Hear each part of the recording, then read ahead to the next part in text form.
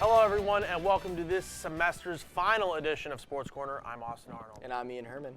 The Flashes traveled to Detroit for the MAC championship game. Let's just go straight to the highlights, as this one was a doozy early on, but we got Northern Illinois and Kent State both running out. Who is going to win that MAC championship? Well, let's get to Kent State's first drive with Dustin Crum. He's going to find Jay-Sean Polk, and he would be gone for 75 yards.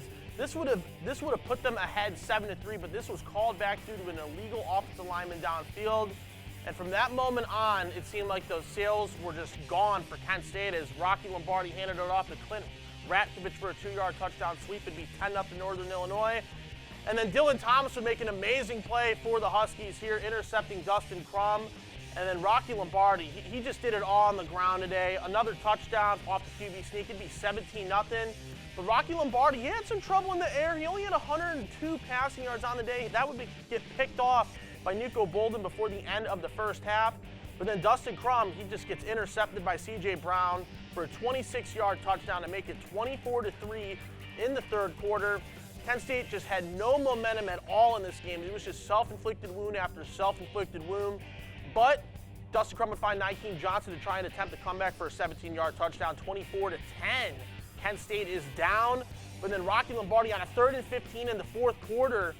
When Kent State had this Husky offense back against the wall, Trayvon Rudolph with a 32-yard sideline catch bails out the Huskies offense, and then Rocky Lombardi faking out the cameraman for the touchdown to make that a 31-10 lead. But Colin Schlee, he would get his chance in the sun and the spotlight, as he would have a 4-yard touchdown to cut that lead to 38-17. But as time expires, this one's all but over. Schlee would find Luke Floria, 41-23. NIU wins the MAC championship game, and here's the post-game press conference. And obviously not the results that we were looking for.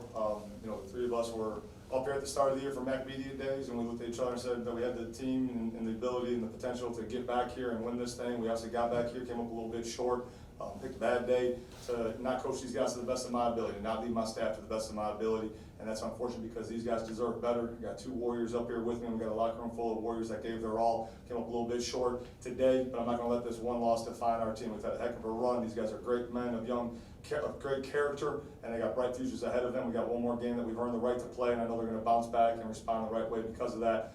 Obviously this is a big one. You'd love to have it. Came up a little bit short. Tip of the cap to Coach Hammock and his staff and his players. They played really, really well. We didn't execute our plan to the best of our ability. We knew going into it, if we could do that, we'd have a great chance. We did not do that. We came up a little bit short. So those are the hard lessons that you learn in this great competitive arena, but I'm really proud of my young men to step in, to go all in, to do everything that we asked them to do throughout the course of this week, and I need to lead our organization better. Nothing to do with being able to control that. I'm not going to give it any of my time, effort, or energy. Our kids played hard, they competed for the ball, and they're doing exactly what we asked them to do. We just couldn't get off the field. Time of possession was a huge difference. Defense couldn't get off the field. They did a good job of holding the ball, getting the lead, and just milking the clock the rest of the game. We just didn't do our job on defense to get off the field.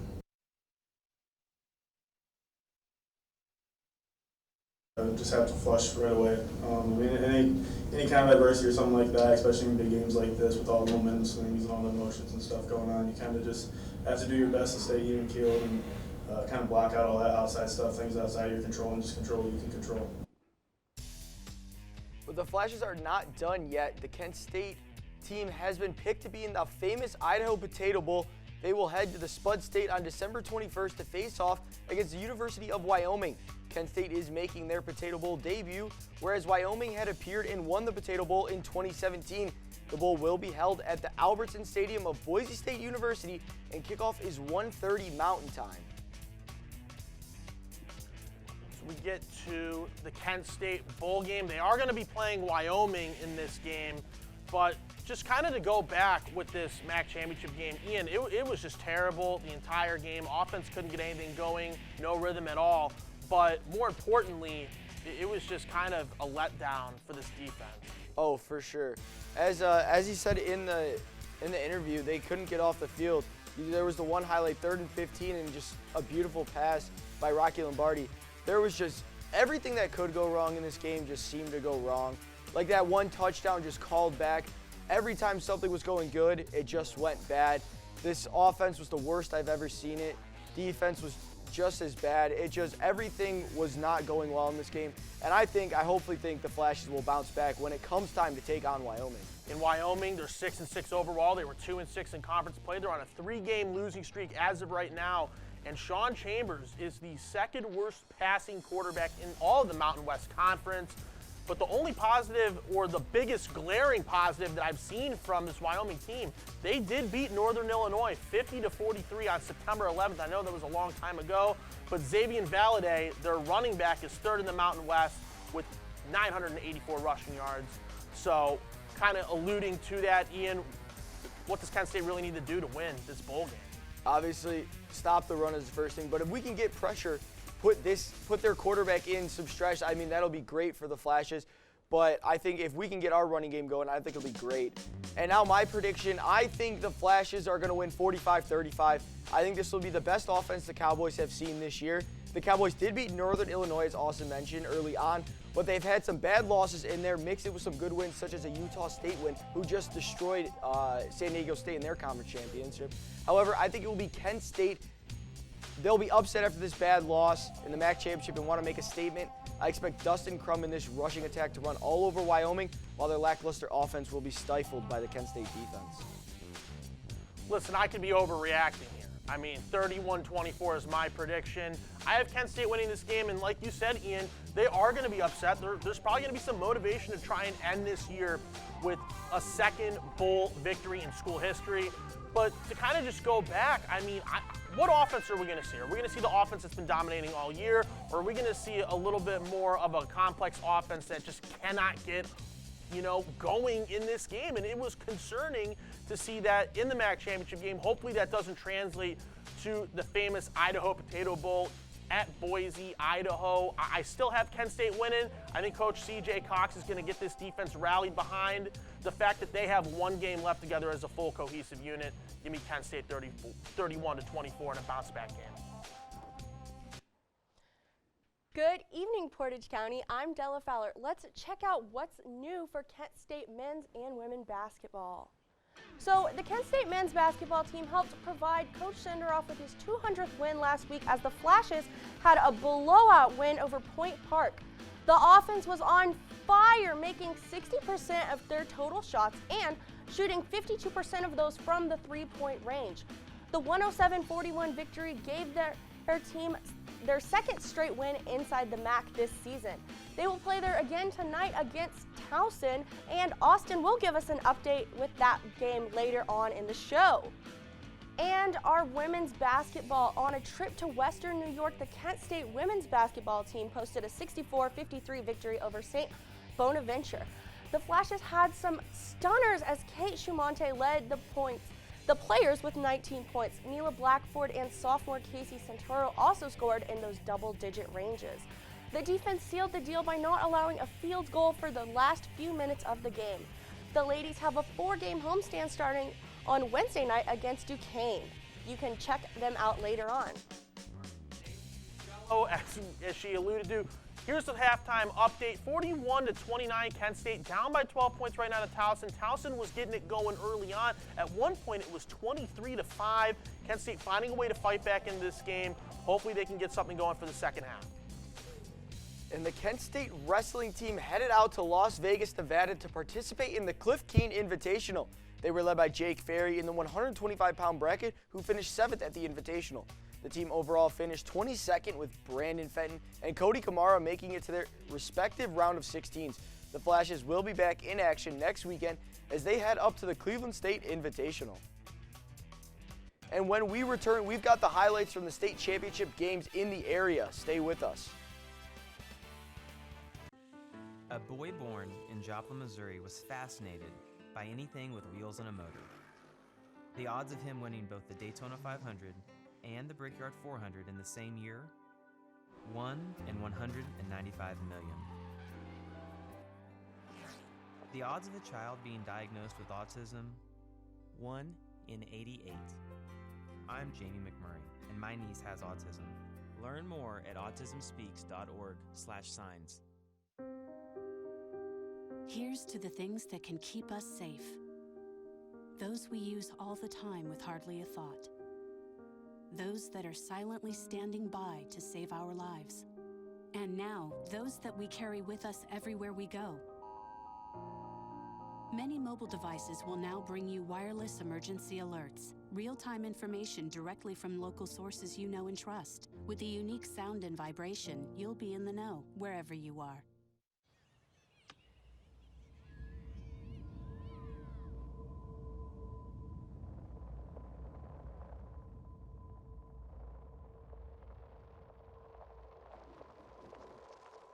Seven 7,000 high school students drop out every school day. Let's catch them before it's too late. To start helping students in your community, visit boostup.org. I adopted Bento in 2010 from a shelter. As it turns out, we have very similar personalities. And this cat makes me make art because he's always motivating me to take pictures of him, to draw pictures of him. He just is motivating artistically. It's just that simple. Well, he's my best friend, but a lot of people know him as Keyboard Cat.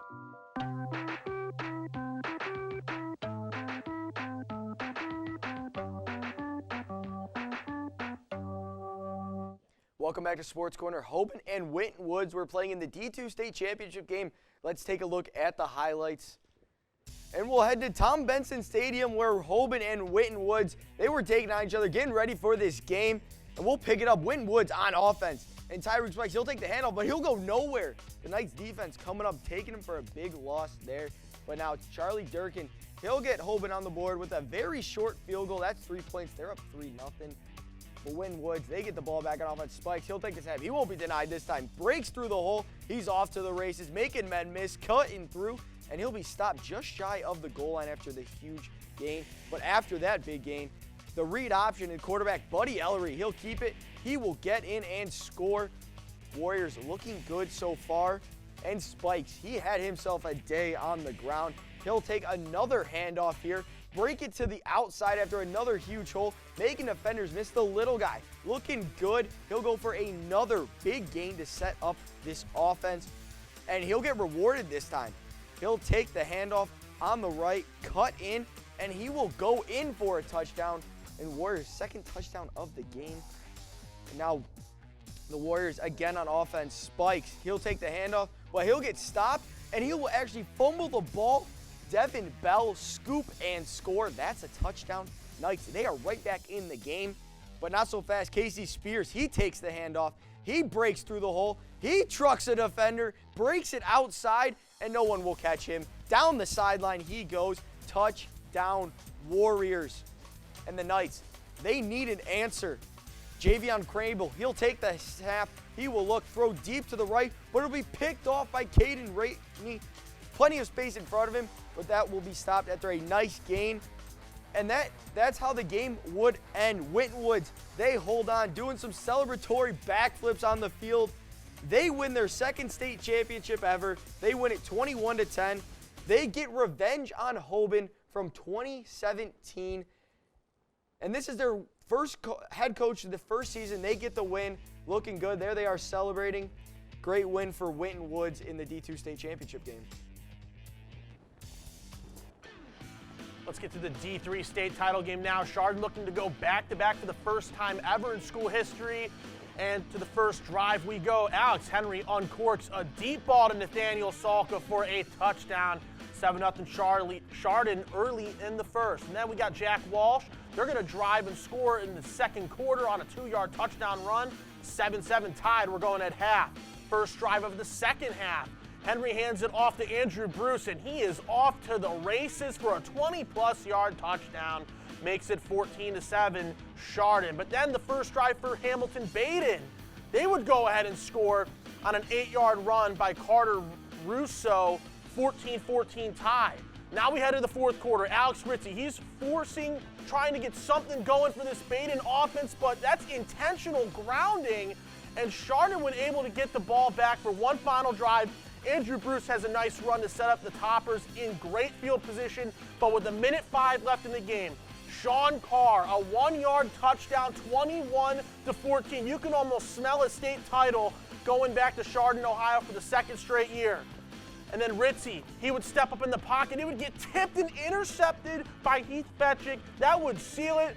Chardon, they're going to go ahead and take a knee. They know what's coming back to Chardon. A state title, 21-14. They beat Hamilton-Baden at the buzzer. And Chardon, 16-0 for the first time ever in OHSSA play. Good evening, Portage County. My name is Liv Sharp, and I am your resident high school football expert. And we had an exciting conclusion to the high school football season. Let's check out some highlights. I made my first trip out to the Hall of Fame Stadium to watch the D1 championship between St. Ed's taking on Springfield.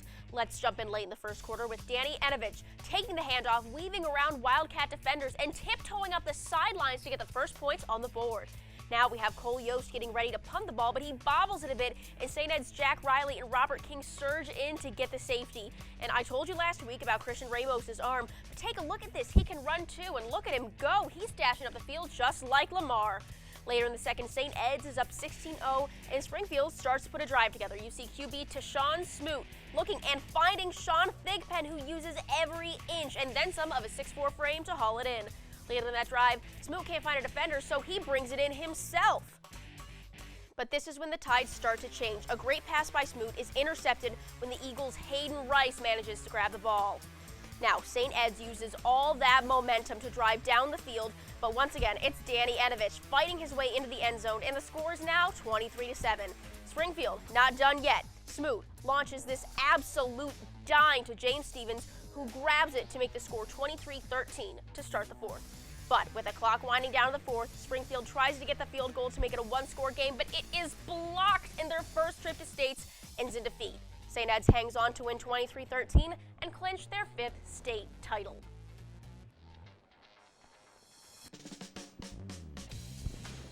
So, Liv, another great game with Chardon versus Baden. How did your predictions from last week measure up? Yes, as I mentioned, we knew Baden's defense was going to be strong going into this game, but what I didn't anticipate was Chardon's defense being equally as strong, holding Baden to 14 points and putting a lot of pressure on Baden's sophomore QB, Alex Ritzy. But penalties set both teams back, but Chardon really stepped up in the fourth, scoring a touchdown with a little over a minute to go. It was a hard-fought victory for the Hilltoppers. Now they boast back-to-back state championships, and I can't wait to see how Chardon does going forward. Were there any games that were total surprises to you? There was a 2017 state finals rematch with Archbishop Hoban and Winton Woods. Going into this game, Hoban was favored over Winton Woods, but the Warriors came in incredibly strong, holding Hoban to only 3 points and using a rushing attack that Hoban could just not keep up with. It was mostly due to Tyreek Spikes' insane performance, racking up 153 yards for the Warriors, as well as a TD. Now, circling back to the Springfield game, despite their loss, this was quite the monumental game for the Wildcats, wasn't it? You are right. This was Springfield's first state championship appearance, and for being up against a crazy strong team, they held their own. Tashawn Smoot passed for 349 yards, but sadly they couldn't monopolize on their trip to the red zone. But this team has a bright future, and I know we'll be talking about them next fall.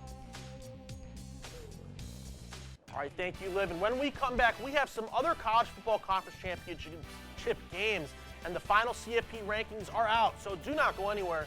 Stay tuned. We'll be right back.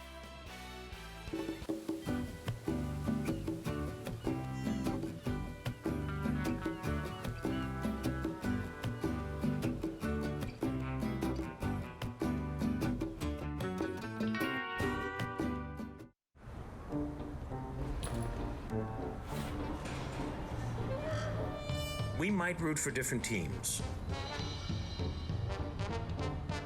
but we all respect the game. And we can all root for each other when we wear a mask.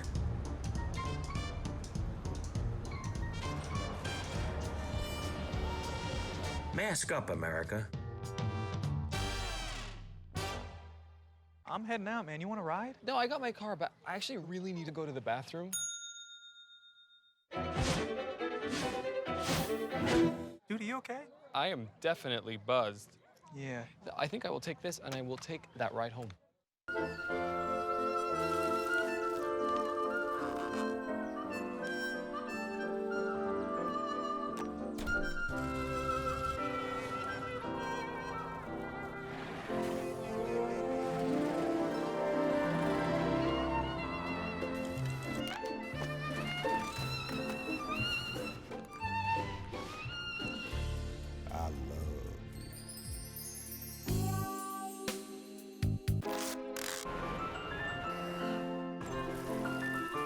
strawberries?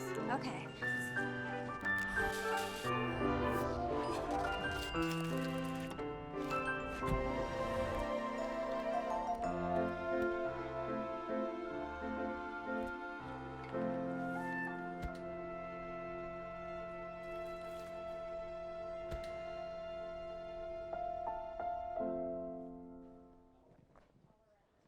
Welcome back to Sports Corner, everybody. We had number 1 versus number 3 in the SEC championship game, Georgia and Alabama. Let's head to Atlanta, Georgia for this game. A lot of people were thinking maybe this is the year that Georgia can finally get over the hump and beat a very hard Alabama Crimson Tide. But let's get to the beginning portion of this game. Stetson Bennett has a 5-yard touchdown pass to Darnell Washington, makes it 10-0 early on for the Bulldogs. But Bryce Young, he would respond, and Jamison Williams would go to the house. 67 yards and a touchdown to follow up. It would be 10-7 as Alabama cuts that lead. But then Young yet again, they would be driving, and they're inside the 20, and John Mechie would catch it in the end zone to make it 14-10 Alabama for a 13-yard touchdown with under 10 minutes to go in the second quarter. But Georgia, Bennett would find Ladd McConkey, and for a 32-yard touchdown pass, I may add, 17-17 with over 2 minutes left in the second quarter.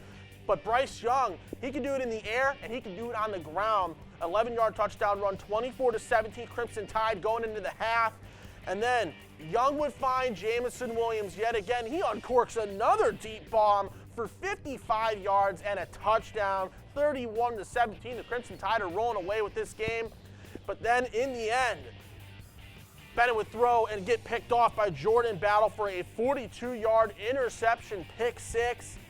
41-24, Bama, they are the SEC champs. They're cheering and they're having some fun. They'll go ahead and take the knee as well. Alabama, they are the new champs of the SEC. And now for another championship game, Big Ten, Michigan and Iowa first quarter. Blake Corum, he'll take the handoff. He'll find the hole, bounce it outside, and he's got plenty of green grass and blockers in front of him. Down the sideline he goes, and he will go all the way to the house. And the Wolverines, they're up 7-0. And now Michigan, they'll get the ball again really quick. They'll get tricky with it. McNamara over to Donovan Edwards, who stops, throws deep to a wide open Roman Wilson, who will not be caught. And that is a touchdown, Michigan. They're up 14-0. Now to the second quarter, Iowa. They need to get something going. Spencer Petras will have nowhere to go. And a Heisman hopeful, and Aiden Hutchinson, he'll take him down, and he'll get the sack there. And we'll jump to the fourth quarter, Michigan. They are all over Iowa in this one. Play action. Cade McNamara will throw to Eric Gall, who makes the one-handed grab for the touchdown. We'll take a look at that again. They're up 35-3 at this point, right there, one-handed catch.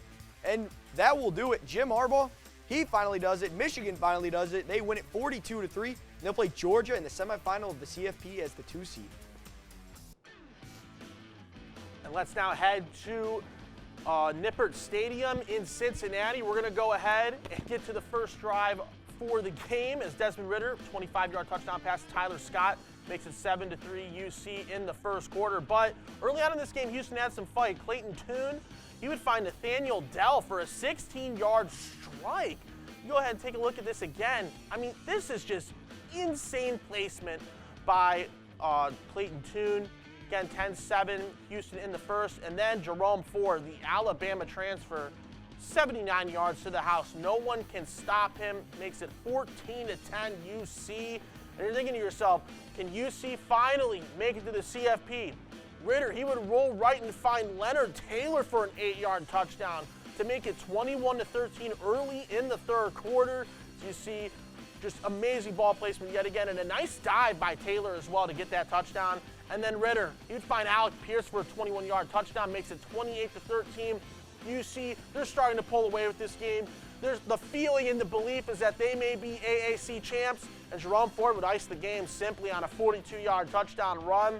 UC, 35-20, they're the AAC champs, and they're the number 4 team in the college football playoffs. Good evening, Portage County. I'm Matt Corrali. The Baylor Bears took on the Oklahoma State Cowboys in the Big 12 championship game that will determine the Cowboys' fate in the college football playoff. So let's head to Jerry World in Arlington, Texas to see how it all went down. We'll pick it up first quarter. This is Baylor quarterback Ben Sims finding Blake Shapen for the touchdown. It's 7-3 Bears as Baylor takes a quick lead on the Pokes. First play in the second, Chapin will look left, and he has another receiver wide open. This time it's Drew Estrada, and the Bears jump out to a 14-3 lead early. Later in the quarter, Chapin drops back. He's going to lob it up for Tyquan Thornton, and he hauls it in for the touchdown. Baylor jumps out to a 21-3 lead. We look at it again. That score would have been good in the pros, but here come the Cowboys. Third quarter, this is Dominic Richardson, gets a hole up the middle and finds the end zone. Oklahoma State draws the deficit to 21-10. We go to the fourth, as Tristan Ebner is going to receive this punt for the Bears. Maybe not. Oklahoma State has a chance to fall on it, and they do, so you can kind of start to see the momentum shift as the Cowboys have a chance. So you think they're set up right? Well, no, they mishandle the handoff, and Baylor is going to fall on top of it. However, Oak State has a chance. 30 seconds left. The handoff to Desmond Jackson. He takes it on the left side. He's got a shot, and no! He comes up just short. They say football is a game of inches, and that play just showed you why. Baylor are your Big 12 champions, ending all hopes of Oklahoma State earning a berth in the college football playoff.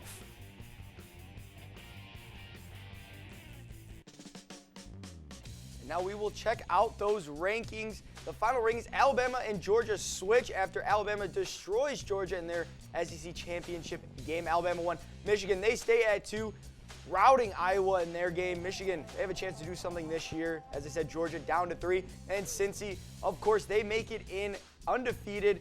Can they be the first non-Power 5 team to do something? We will find out.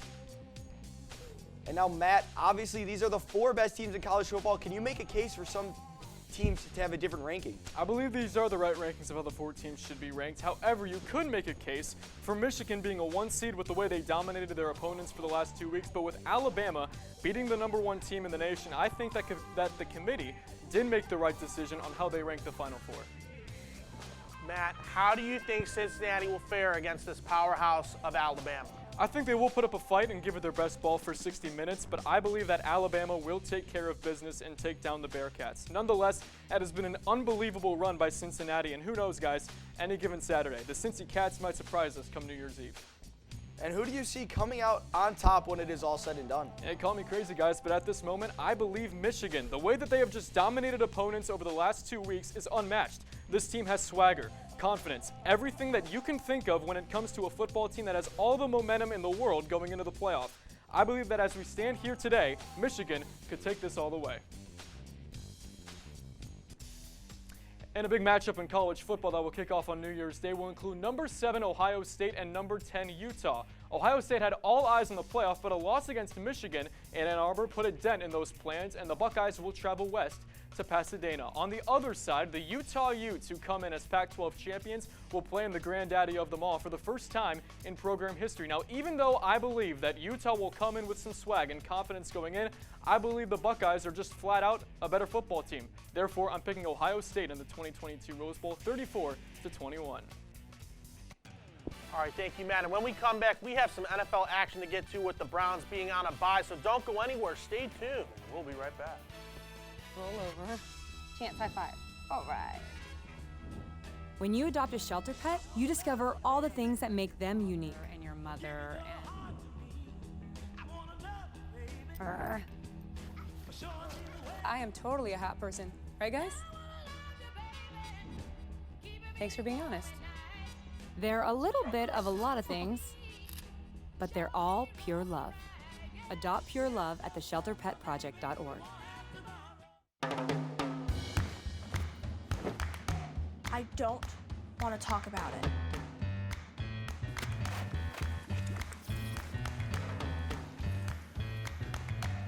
I don't want to talk about it.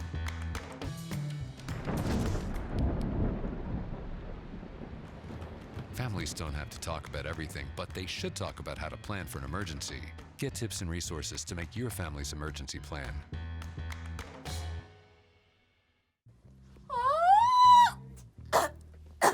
Hayden, I can't speak. Who's gonna do the commercial if I can't speak?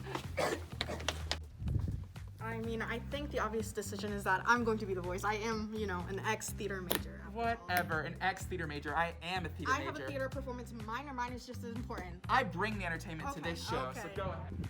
Obviously, it should be me, because ain't nobody as fierce as I am. Oh, no. It should be me, because I'm a freshman. And obviously, freshmen are more important, right? No, it should be us because we're the oldest. Exactly. And we have Andy Joe. Hello.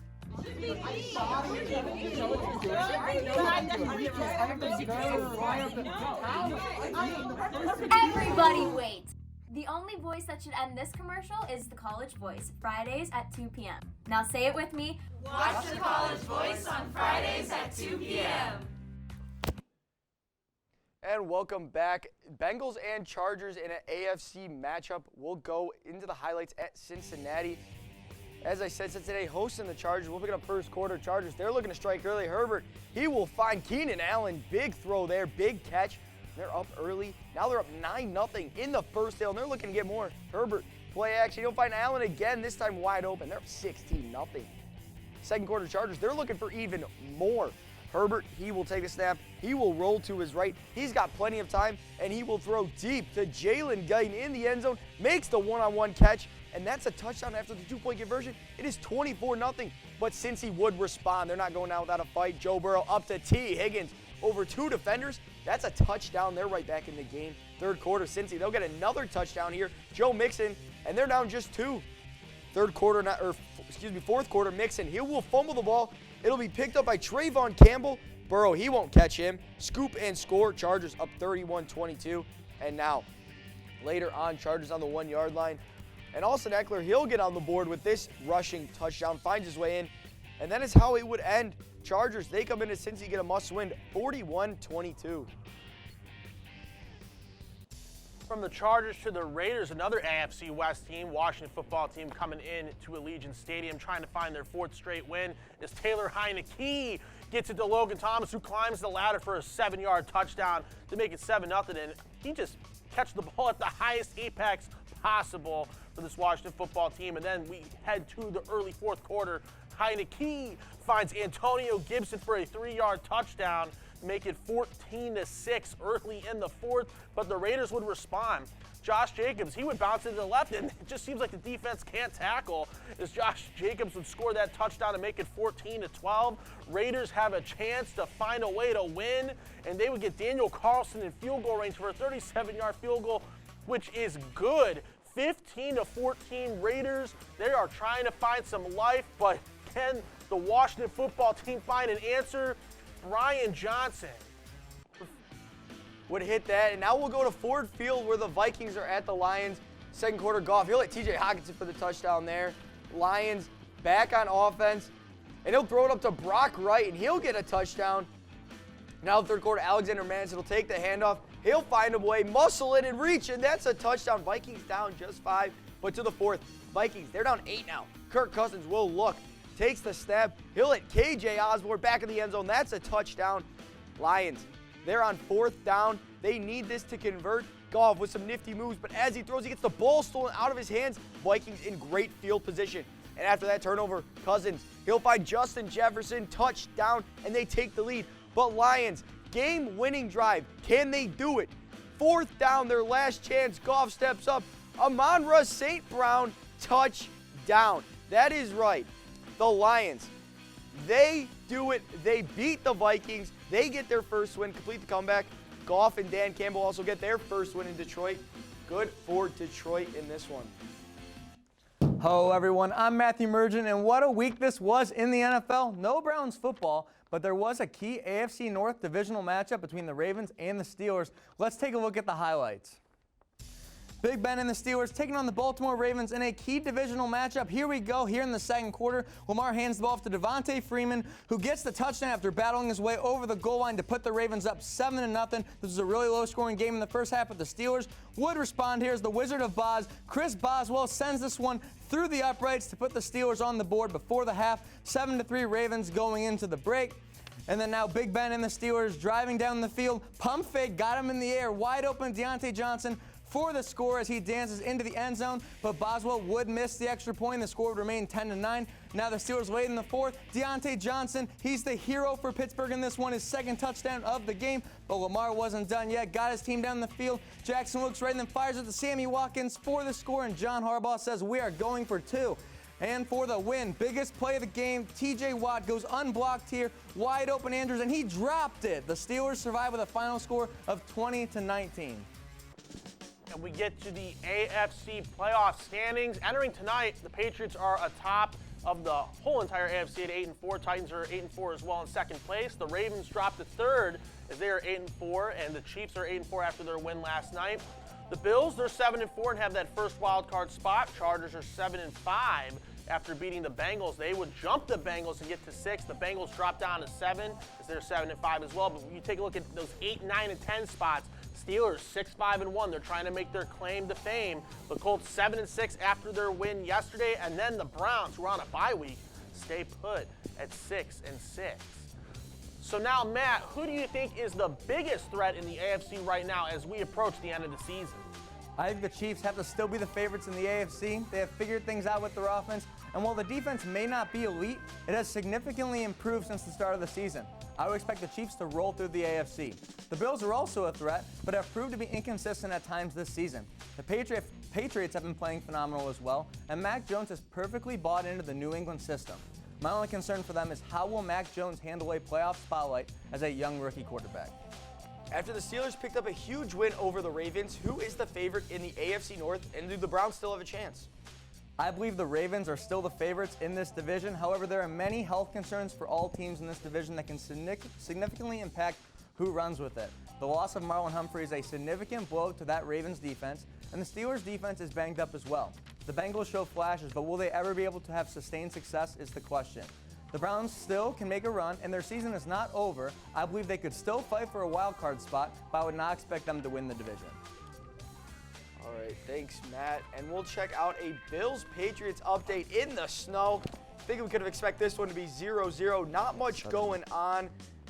Hopefully, we will see some scoring soon, but I don't expect it to happen now. How's it going, Portage County? I'm Michael Neenan, your local Patriots enthusiast, and I'm here to tell you about tonight's matchup. Now, of course, it looks to be a tight, late-season divisional game, and I expect both teams to struggle since the weather in Buffalo looks pretty unforgiving right now. But in the end, I think the Bills, I think they're going to win this matchup.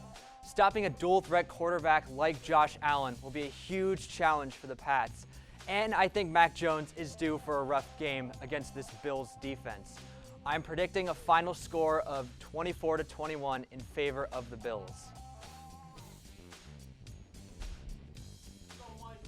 Considering how tight the AFC playoff race is right now, what does tonight's game mean for both of these teams? Well, with the Patriots and Bills both vying for the AFC East title, this game might be the most crucial game of the season for both teams. The Pats are looking to extend their win streak into their bye week, and the Bills are just hoping to rebound from some really embarrassing losses against the Jaguars and the Colts last month. Depending on how the Titans finish their season, tonight's game could be the difference between one team getting a first-round bye and the other having to play in the wild card round and their opponent's field. Both teams are great on each side of the ball and look pretty evenly matched. What do you think will be the X factor going into this game? You're definitely right about that one, Ian. If I had to choose an X factor, I think I'd have to pick the running game for both teams. These are two of the best pass defenses in the league, but stopping the run has been one thing I would consider a weakness for both teams. For instance, against Indianapolis, the Bills gave up over 250 rushing yards in a blowout loss, and the Patriots gave up over 250 rushing yards to the Titans despite not having Derrick Henry. To me, whichever team has the best night running the ball will most likely take home this game. All right, thank you, Michael. And when we come back, we've got some NBA action. Don't go anywhere.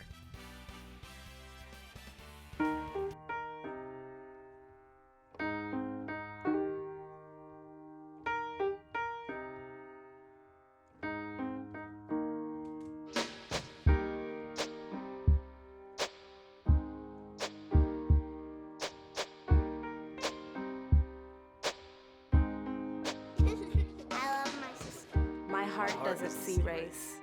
Love is love.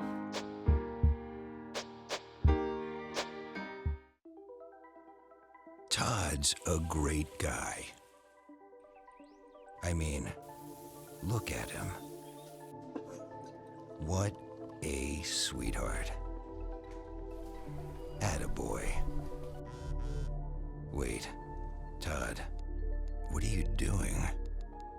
totally selfish and un-Todd-like of you. Come on, Todd.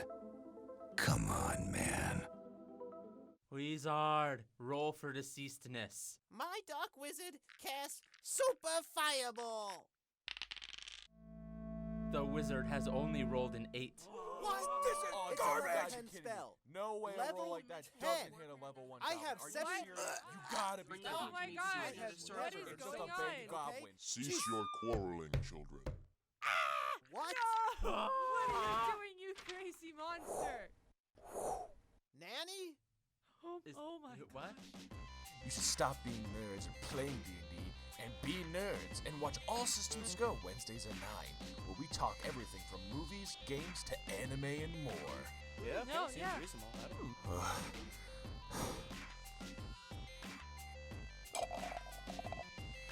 Go watch All Systems Go.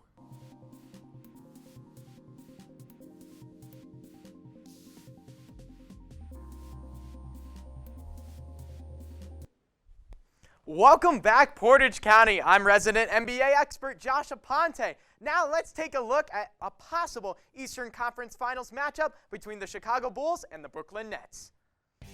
We're going to head into this wild fourth quarter in Barclays Center with Zach LaVine running the floor, guarded by James Harden. LaVine shaking and baking with the step-back 3 to put the Bulls up by 4 as Chicago leads 90-86. Oh, but here comes the Nets as James Harden dishes it to Kevin Durant, and Durant pulls up with the green light mid-range jumper. This gave KD 24 points with lots of time still in the fourth. Chicago won't go down without an answer as DeMar DeRozan drives into the lane. DeRozan gets some separation and splashes the long mid-range jumper on KD. DeRozan, having himself a night, rolls off that screen and finds an opening with another mid-range bucket. That was 2 of DeRozan's 29 points on the night. Now, down by 5, James Harden runs the floor and drives into the wide open lane for the easy layup over Lonzo Ball. This put the Nets in a one-possession game as the Bulls were up by 3. Here, the Bulls are trying to put the game away as once again, Zach LaVine puts his head down and drives into the lane for the layup to put the Bulls up by 5. LaVine had 31 points on the night. Yet again, here come the Bulls. DeRozan yeets it, finds Lonzo Ball open in the corner for the big baller bucket. And the Bulls become the Kings of New York as they take the dub 111-107. Bing bong indeed. Next up, we will have the Battle of LA with LeBron back in the lineup from that COVID scare. Here we go. Russell Westbrook with the steal and the tip from Dwight Howard to LeBron for the dunk. Yet again, Westbrook running the floor, and he drives for the layup, but Anthony Davis puts back on the miss. Here come the Clippers. We got Paul George takes Austin Reeves on the spin on the Cyclone with that clean jumper. Look at that. Here we go. Isaiah Hartenstein blows right past LeBron with the big man drive and the monster dunk. Now it's Lake Show's time as Malik Monk drives and passes it right to LeBron for the Royal Jam to put the Lakers within 4. Yet again, Hartenstein, but he dishes it to Terrence Mann for the dunk to put the Clippers up by 7. But the Lakers aren't giving up just yet with this beautiful ball movement. And Russell Westbrook to the alley-oop to AD. Now, in clutch time, Paul George with the long bank shot 3. Now that was rated PG-13. And that put the game away as the Lakers take the hard-fought L 119-115. Good evening, Portage County. I am Brady Hamilton, and I'm here to give you a breakdown on how close the Cleveland Cavaliers came to beating the Utah Jazz in their last game. We go to Cleveland all tied up. Mike Conley with the ball.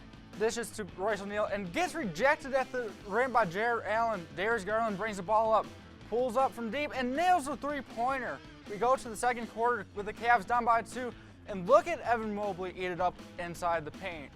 The Jazz get a fast break. Donovan Mitchell with a nice pass to O'Neal as he makes that 3-0 but net. We go to the second half. Cavs are starting to fall behind. The Jazz are passing around, and Donovan Mitchell hits a deep one as the Jazz lead grows. Down by 10. Darius Garland with a bad shot, but Mobley with the rebound finds Allen and saves the possession. The Cavs starting to heat it up. Cedi Osman knocks it away as he takes it all the way to the other end in his first game back. The shot clock winding down. Darius Garland steps back, and he hits the big shot after the Cavs were down big. Rudy Gobert with the rebound, and the slam on top of Jared Allen to give the Jazz the 109-108 win.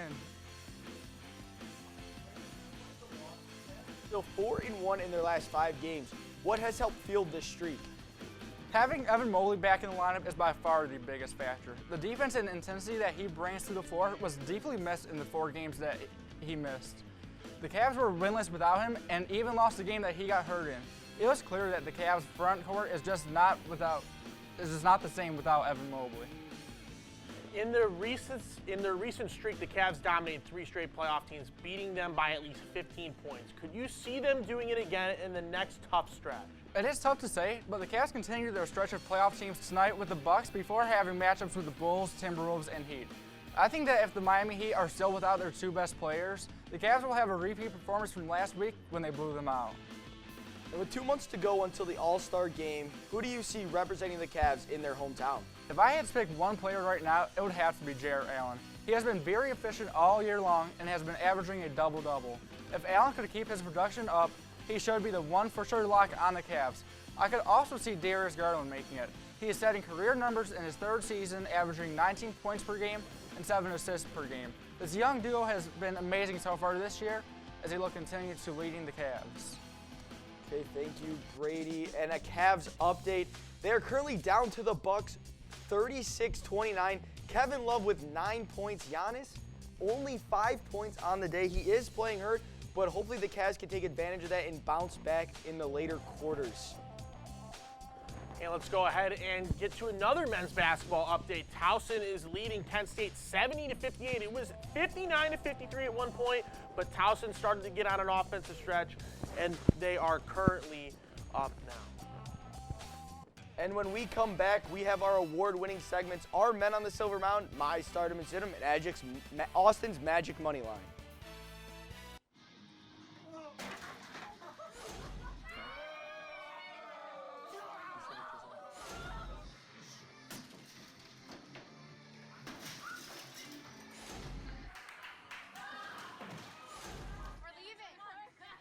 Most party fouls are pretty dumb.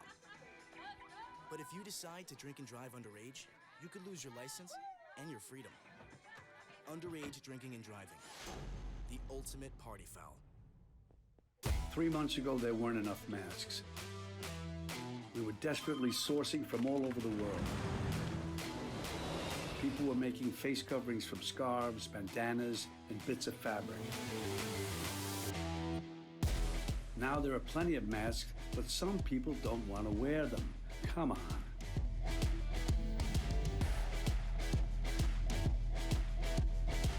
Mask up, America.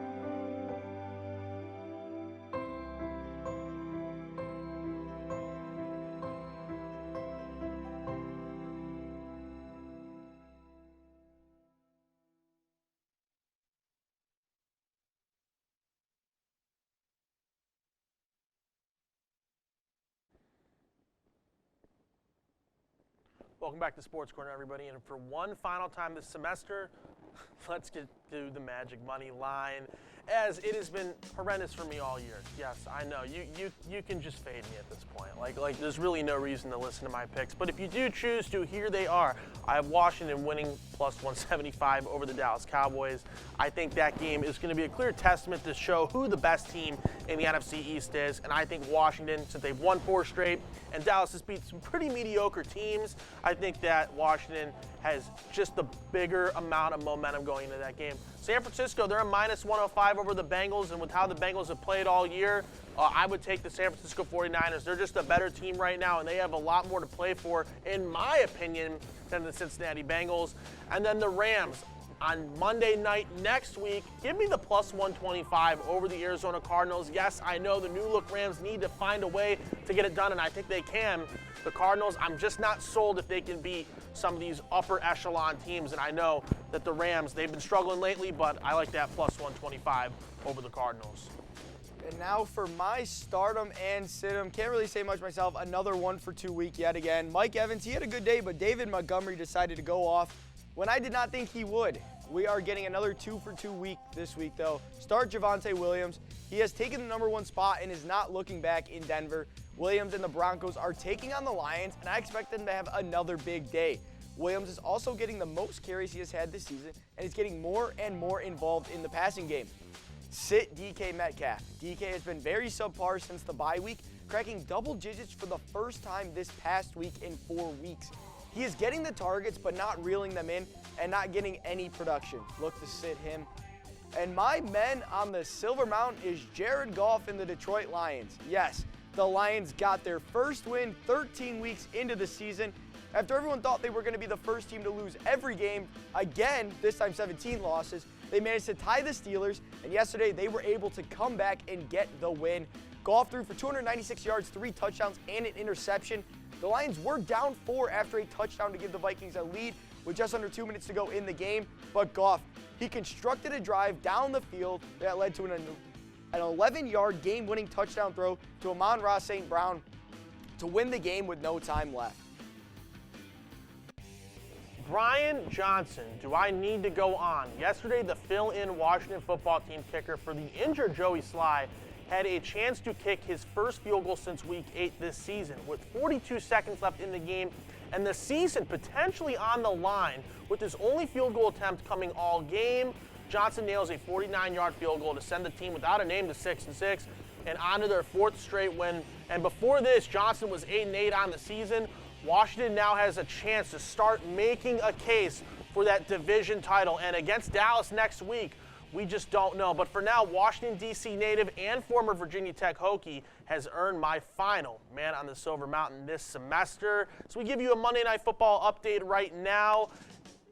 Josh Allen throws a touchdown just this second, 8-7 in the first quarter.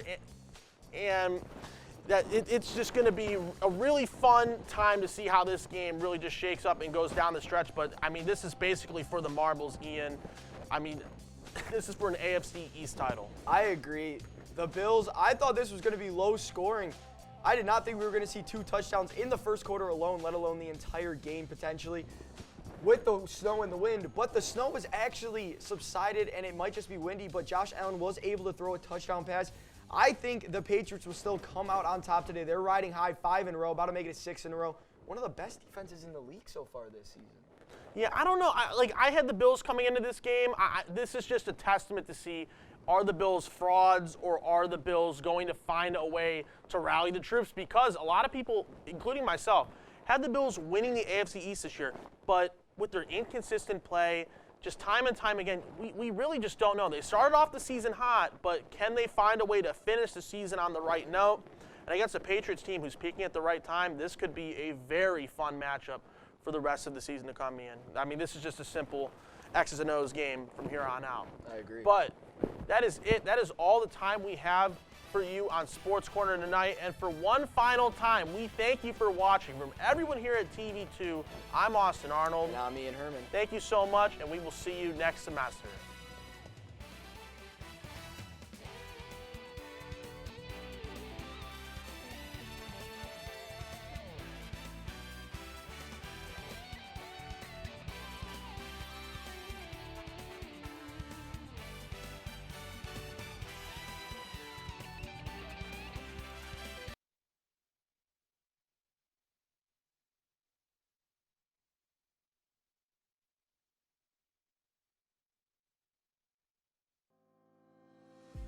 Every one of us has a voice, and every voice has the power to shape the world. Ours is no different. Our voice is 85 years in the making, a voice that's more than 700 students strong, one of the largest in the nation.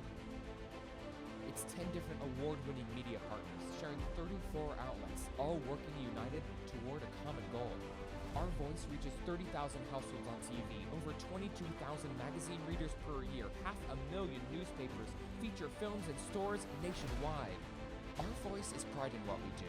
It empowers students, emerging professionals, to ask tough questions and demand answers. We believe in our voice. We believe in its ability to change the world. And our voice makes us who we are.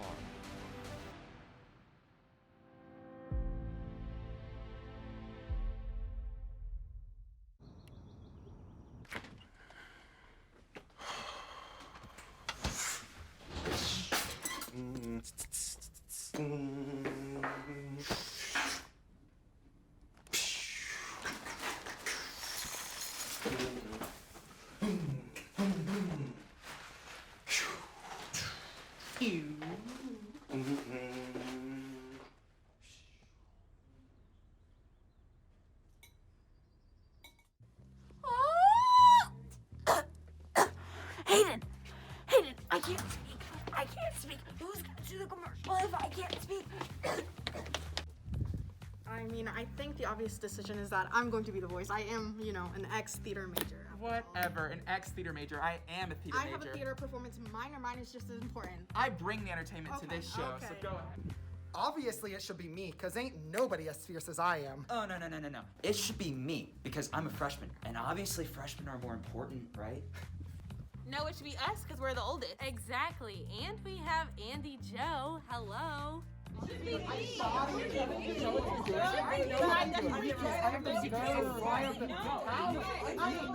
Everybody wait! The only voice that should end this commercial is the College Voice, Fridays at 2 p.m. Now say it with me. Watch the College Voice on Fridays at 2 p.m.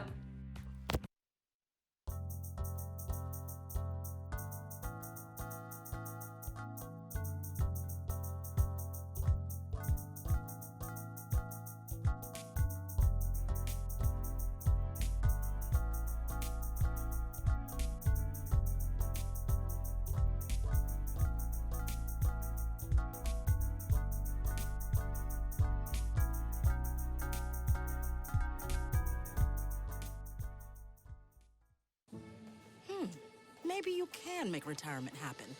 After all, you made her college years happen. Opening that education savings account when she was little. Spearheading a campus tour. And another, and another, and another, and another. Bam! Deciphering financial aid. She was like, what? But now she's like, you aced planning for college. Now get the tips you need to get on track at aceyourretirement.org.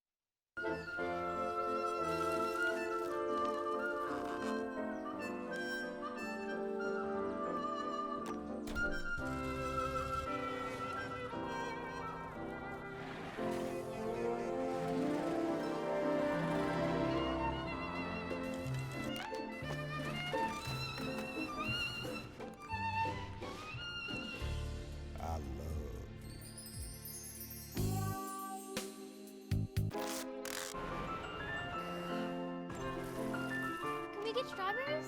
Okay.